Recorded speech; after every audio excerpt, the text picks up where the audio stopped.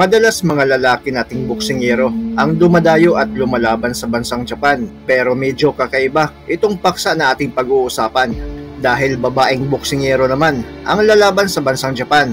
Ito ay si Marina Lorito, isang Haponesa pero nakapag-asawa ng Pinoy at di ordinaryong Pinoy dahil isa itong top boxer noon at former IBO World Light Flyweight Champion. Ito ay ang tubong Davao na si Ray Lorito. 2019 pinasok ng kanyang asawang Haponesa ang pagiging professional boxer. Si Ray Lorito mismo ang nagsilbing coach at trainer dito.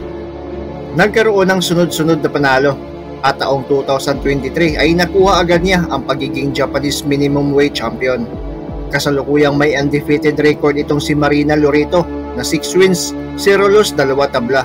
At nakatakda itong lumaban ngayong Mayo 16 sa bansang Japan kontra sa isang top prospect din ng Japan, ang kasalukuyang WBO Asia Pacific Minimum Weight Champion na si Mayumi Nakano na may impresibong ring record na 6 wins, only 1 defeat, 3 dito via knockout. Nakataya para sa 8 rounds na bakbakan sa Japan ang pareho nilang titulo. Isang matinding suntukan na naman ang aabangan. Kaninong kamay kaya ang itataas pagkatapos ng bakbakan? Kamay kaya ng undefeated na si Marina Lorito na masasabing pambato na din ng Pinas, o ang kamay ni Mayumi Nakano ang tatanghaling mas malakas?